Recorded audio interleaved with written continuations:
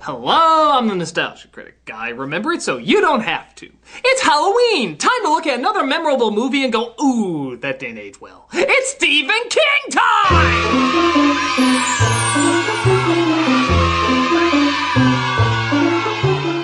As usual, I have to start out praising this guy before I piss on this guy. Because the dude does have mad talent and has written a lot of awesome stories.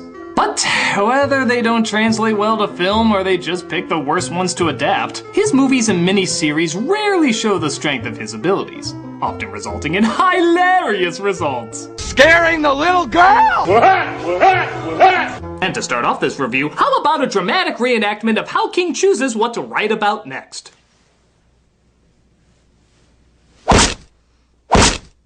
Children of the Corn!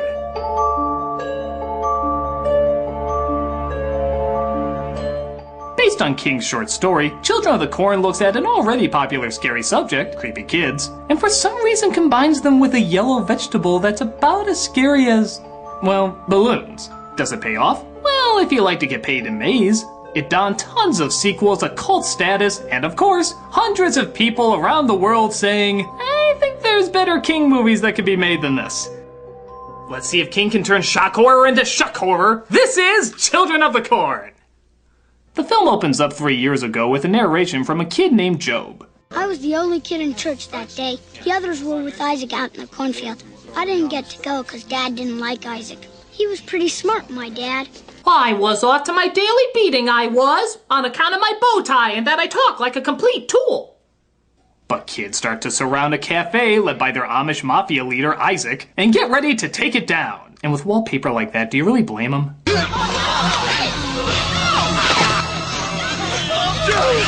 Oh, come on, this is just a Friday night at Denny's. After making a hand sandwich, Job continues to narrate while seemingly having no emotional reaction, talking about his father being killed right in front of him. It happened everywhere in Gatlin that day. That's when Sarah started drawing these pictures. Oh, they also served me my father at the International Hell of Pancakes, but I really want to talk about my sister's drawings. We then cut to 3 years later, where a just graduated doctor wakes up in a hotel. Well, gee, with the lack of detail they're showing in this scene, I'm just positive something terrible is about to happen. I hope my fake-out music didn't wake you. This is Bert, played by Peter Horton, and Vicky, played by Linda Hamilton at, what do you think, 1, 3? I got a couple things you could like. 2 packs of cigarettes a day. Live happily ever after. Is that a proposal? No. They're heading towards an internship while mockingly making fun of preachers on the radio. I guess that's a thing. There's no room for the fornicator. Amen. Peanut butter and white bread. No room for people who watch public television. No room for commitment. Amen. Come on. As someone who likes to make fun of religious practice, I hate that you won't commit to that religious practice. And of course the internship is just near our town of tiny pointless narrators. We weren't the only ones who thought Isaac was weird. Slaughtering a village falls into the weird category? How about we weren't the only ones who thought Isaac was a buzzkill? In that he'd kill you with a buzzsaw if he didn't like the way you looked? One kid tries to escape the madness to get help, leaving his 2 friends behind. Unless you tell anybody I'm gone. If you tell, you're gonna burn on the lake of fire for all eternity. We won't. Cross your heart. Hope to die. Stick a needle in your eye. Why do you even have that rhyme? It sounds like the lake of fire would be a million times worse. Okay, go! Nobody's looking! Thanks for shouting my escape, you little dumbasses. I'll be sure to let you keep my head if they remove it from my body. No real surprise, they do end up finding him, but not before, like I said, they try to somehow make corn actually scary. No, they'll fill me with dietary fiber! So one of the kids finds him and kills him. Gee, I can't imagine how they were tipped off to that. Nobody's looking! But luckily, our 2 main characters are there to save the day. Well, that could have gone better. Hang on. Let me check. Yeah, make sure she's okay before you check on the kid you steamrolled with your car. You're gonna be a great doctor. That was an animal. Yeah, an animal. Let's go. He goes to check on the kid, noticing that his throat has been slit. So I want you to go back to the car and wait for me there, understand? And keep all the doors locked until I get back. Why? Where are you going? I'll tell you when I get back. Just do what I say. It is a little weird telling Sarah Connor to wait in the car. I don't think your sensitive mind can hear the truth yet. It's like telling The Rock not to look at a paper cutter, he'll pass out. It's just weird. But she eventually can't take it and finds that she has to look at the body herself. I'm so sorry. Jazz hands. Come on. Oh, Bert, I had the worst jump scare dream. It didn't tie into the story and was completely pointless. It's okay, we still killed a kid. Oh, thank God, that calms me down. So they put the kid in the trunk and drive off because that doesn't seem fucking suspicious. As they try to forget about their kid killing by putting on the radio. That'll work. Only by the blood of the Lamb are we saved. Getting tired of that crap. I mean, how many King films have religious bashing now? You can make fucking playing cards out of it. I really think we should open it. They also decide to open up the kid's briefcase because bad enough they killed him, they might as well rob him too. Jesus Christ. Not in my book. It's like some sort of primitive folk art. I think it's repulsive. Sheesh, I've seen more tolerance from Bill Maher on Islam. Did a church sting you as a child or something? Good boy, sorry. They surprisingly come across a mechanic who seems to be the only adult left in town. Which is kind of odd. Did they keep him around because he was the only mechanic? Were there really no other adults needed alive for anything else? How about someone who knows the password for the adult sites? We've had ourselves... I ain't got no gas. No, I don't need gas. I ain't got no diesel fuel neither. Your telephone. I need to use your phone. Telephone? I ain't got no telephone. We ain't got no kids and we ain't got no corn either. In fact, I'm not even here. Who are you talking to? I'm just a scarecrow. Now you get on that right fork there and you'll be in Hemingford in no time. But they make a Korean barbecue out of his dog and decide to kill him off. Because after 3 years of fixing stuff, never escaping, and telling nobody about the mass slaughter that happened in that neighborhood, it's finally time to kill him because he told 2 people not to go in their neighborhood. They make better choices following the Church of the Magic 8 Ball. I find that sign shaped the tiniest bit like a cross revolting. As they continue to get more lost, we see the kids honoring their corn on the cross and listening to sermons by their leader, Isaac. Isaac is the best fucking thing in this movie. The Lord did come to me, and he was a shape. It was he who walks behind the rose. Isaac is the movie Jesus Camp in reverse. He's the Munchkin version of the bad guy from Manos. He's every self-indulgent prophet that fits into most overhead compartments. Joseph has taken his things and fled this happy place. So take you his life and spill his blood. And he's also a wanted criminal. Oh, not for mass murder, not for brainwashing all these kids, but because he steals every single scene in this movie. But let not the flesh pollute the corn. Cast him instead upon the road. I know now why they set this in a cornfield. It's so the rest of the actors can have some scenery to chew on. Question not my judgment, Malachi. I am the giver of his word. And the interesting thing? This actor was 25 years old when he did this role. Yep, he has one of those conditions where he looks and sounds a million times younger than he really is. And yet, even knowing that, he still comes across as a snot-nosed little pissant commanding his legion of good sons and bad seeds. He's just a treasure. And just as the blue man was offered up unto him, so shall be the unbelievers. No, Isaac, I believe you. I would never doubt your whiny wisdom. Oh, he was pointing at them. But that's how intimidating he is.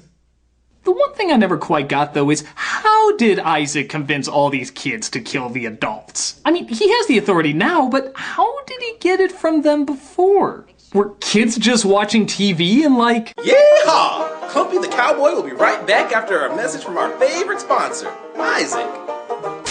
The blood of the old shall spill. Rise, my children. Kill now! Kill now! Don't listen to him this week, kids. He's a very naughty boy. I knew we shouldn't have been paid in maize. Peter and Vicky show up into town as we partake in a thrilling amount of looking, and even more looking. Yeah, I began to see why this was originally a short story. They come across some kids, but they disappear pretty fast.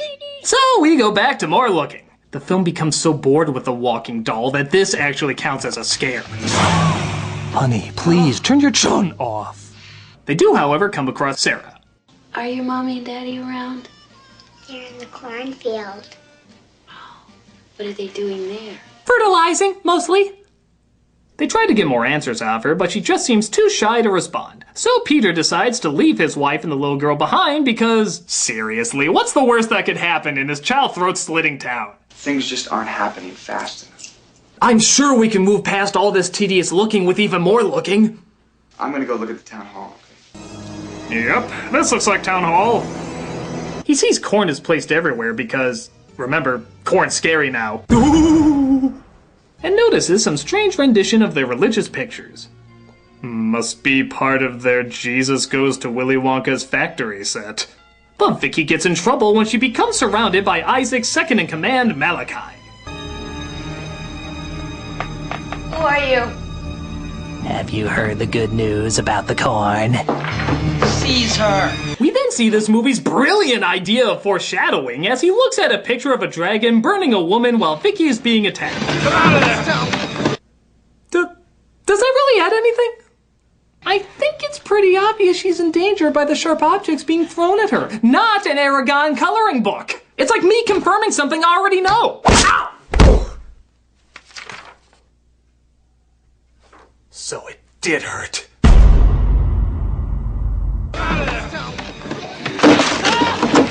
Here's Corny. Oh wow, I really need James Cameron to write for me. They take her away as we see the kid's drawing predicted what was gonna happen like she predicted everything else that was gonna happen. Why, this looks like a job for Stephen King's favorite trope! Unexplained psychic child! So, you're psychic, huh? Where did that come from? I don't know. How did you get it? I don't know. What will you do with it in the future? I don't know. If I took it out of the story, will we miss it that much? Probably not. Off you go, unexplained psychic child! The less we know about you, the lazier! They turn Peter's vehicle into a corn on the car, not allowing him to follow Vicky to Isaac. The fact that you want to kill me is fine, but doing it by placing me on a cross-shaped cross is just revolting!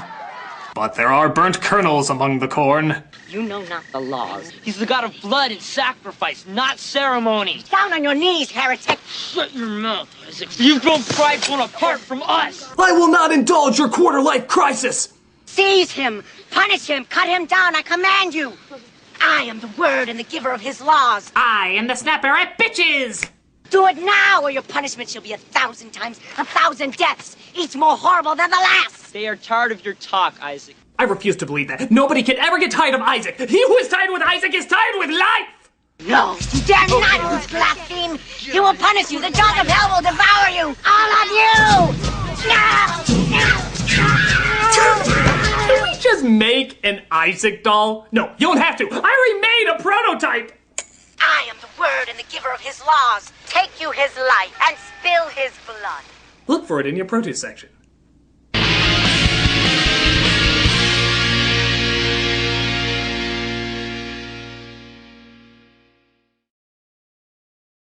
Attention! Your parents are like, you need a balanced breakfast. How about some nice Brussels sprouts? Newsflash! Welcome to the 90s, Dad, where kids rule and we eat what we want. Like sugar-frosted children of the cornflakes, full of extreme radicalness to the max. Oh, that's most unorthodox. That's because parents just don't understand. That's why you must rise up against them and spill their blood for our harvest. It has the awesome taste that no grown-up can see. So take you his life. Follow these anti-authoritative ads to your salvation! While munching on that sweet frosted taste. There's even games on the back, like finding your way through the corn maze. Hey, I can't find my way out. Because there is no way out. Those who look behind the row shall perish! Whoa, dude. Let not the flesh pollute the corn. Indeed, maniac sack. Cast them instead upon your bowl, where high fructose corn syrup awaits them! To the extreme! Do it now, or your punishment shall be 1,000 times 1,000 deaths, each one more horrible than the last! Sugar-frosted children of the cornflakes is part of this complete breakfast. I am the word and the giver of his laws! Rad!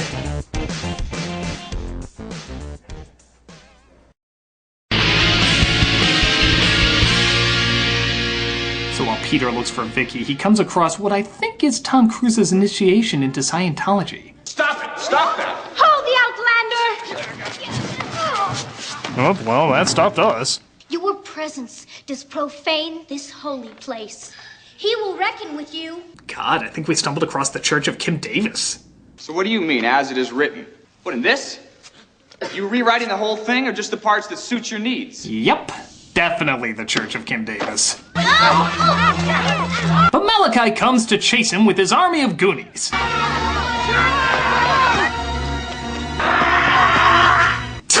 Wow, that kid really wanted to make the most of his one scene. I will throw everything into this garble of vowels!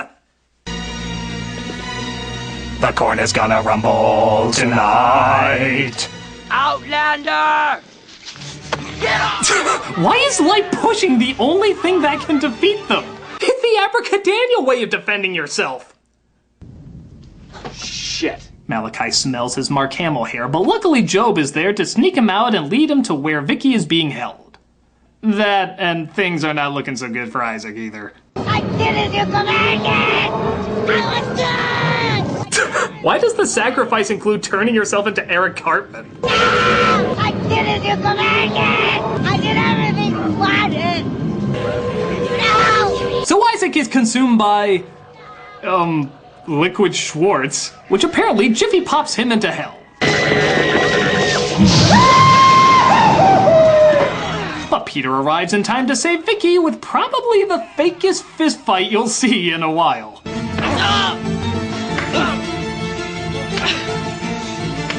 Hey, look out! You almost hit him on that one! Come on, any less real and WWE will be knocking at your door. Any religion without love and compassion is false. Peter gives a big speech about how the demonic religion is bogus, only to discover that actually it was pretty much all true. Malachi! The Brotherhood of the Roaring Belches wants you! He wants you too, Malachi. Oh man, that was way off. Well, hell seeing everybody. Gotta go. So as the demon, devil, non-explainy thing goes after everybody, our heroes get the idea to burn down the field after someone tried to do it before, inspired by a Bible passage.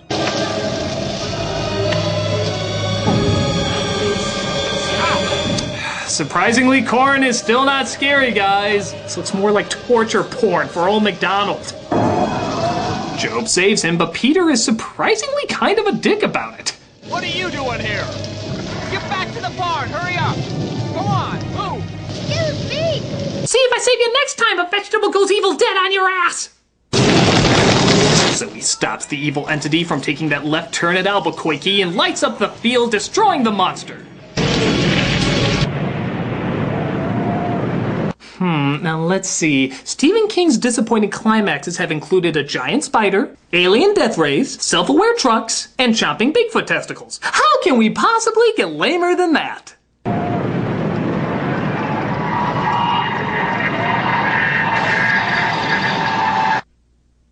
With Casper the Friendly Explosion! I am not even kidding. That is what you were supposed to be afraid of the entire time. That is a whole new level of not giving a fuck. I guess it's supposed to be open to interpretation about what it exactly is, but the only thing I'm interpreting is what it looks like more. Jabba the Hutt's exploding fetus? A pumpkin ice cream achieving orgasm? Or the annoying orange if he was crying cauliflower? Flash the sign, guys. This is a scene that really fucking needs it. Wow. So after our anti-religious heroes find out not only demons are real, but the Bible saved the day, they walk back with the reassured confidence that evil spiritual identities can just be blown up with a few tanks of gas. So what are we gonna do with these two little munchkins, huh? Oh, look at those cute giggling kids. It's almost like they didn't witness any of the extreme horrors that would freak any little child out. We didn't even cry when our parents were slaughtered. We're kind of as soulless as the corn you're walking through. This movie, however, has one last scare up their sleeves. You must die! But obviously they didn't bring it out because that was a ridiculous lame-ass joke. It's actually so lame that the movie just kind of gives up on it. Yeah, that's really how it ends. No music, no scary build-up. It's like even they knew how stupid this was and just wanted out as quickly as possible. You must die! Fuck it, we're done, folks. We didn't want to put that ending in, but the studio made us. Boo, I guess. And that was the awkwardly ending, awkwardly beginning, awkwardly Stephen King. The movie doesn't really bring much new to the scary kid idea, and what it does bring is either too slow-moving or doesn't make any sense. The only scares it focuses on is that of violence, which is a shame because you can really do a lot with scary kids in movies, as other films have shown both visually and psychologically. But nope, these kids just stab stuff and quote scripture. That's it. If you don't find that especially creepy, then you're not gonna find this especially creepy. But, to be fair, the best thing about the film is just how fucking hard the kids are trying. These actors are throwing their fucking all into this movie, even in the tiniest scenes. Sure, a lot of it's over the top, but they're just so much fun to watch. And their dedication to this insanity is pretty much what makes the movie. Especially Isaac, who in my opinion can do no wrong. In fact, I think we should rise up against the flesh of the old and give our undying allegiance to Isaac. Wait a minute, who wrote that? Isaac! God damn it, Isaac, how did you get anyone to follow you? You don't understand. I have incredible persuasion powers. I can even intimidate you with the power of corn! Yes, corn. Pretty tasty. It's still not scary. Not even the burnt ones? No. What am I going to do? My whole routine is fear through brute violence and no psychological effort. How's that going to get me popularity today? It's Isaac's Extreme Haunted House. See what everyone is calling the scariest attraction this year. In you go. Boom. No playing to your inner fears here. We just beat the living shit out of you. Most extreme houses let you walk out with cuts and bruises. Here, we literally beat you to death. Just listen to the final words of these satisfied customers. You know, I thought real scares were psychological with brilliant illusions and creative imagery, but now I can see it can just be a guy in a costume beating the snot out of you. We got lines around the block! I guess people are more forgiving of lazy scares as long as you just beat the shit out of somebody. And that's about it for Nostalgia-ween. I only have a top 11 list to do, and after that we'll be in November. So thank you so much for watching, and... Oh, I see. You don't like the fact there was only 2 Halloween reviews this year, huh? Okay, alright. You want me to pull a Simpsons Halloween special and go 1 week into November with another Halloween review? Okay. I'm only doing it to keep you happy. Until then, I'm the Nostalgia Critic, and the world loves to pay an asshole. No!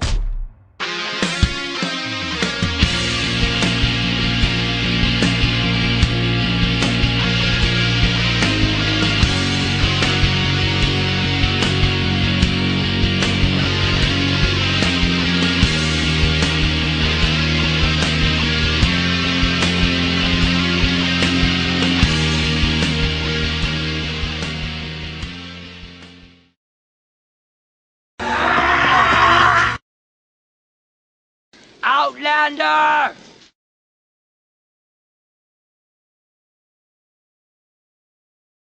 Hey, Beerless Doug Walker doing the charity shout out, and this week we are doing the Wounded Warrior Project, and this is something that's exactly what it sounds like. It is trying to get money, attention, and care to people that have served for us in the past and have had usually terrible things happen to them, whether it be physical or psychological or financial. These are people that deserve our absolute best and are not always getting it. So this is an organization that tries to come together in every possible way to help these people out. Every single way imaginable, they try to benefit these people. These are soldiers that have signed up and put their lives on the line, and they have had so much stuff happen to them, and this is an organization that's trying to say thank you. Thank you for your hard service. You deserve the absolute best that we have to offer, and they are trying to make that happen. Through fundraisers and triathlons and all sorts of various events, they try anything they can to try to get attention, money, and care to the people that deserve it most. This is definitely a good organization to check out. If you go to their YouTube page, you can see all the good stuff that they do. Please definitely take the time to go and support the people who have put everything on the line to keep us safe.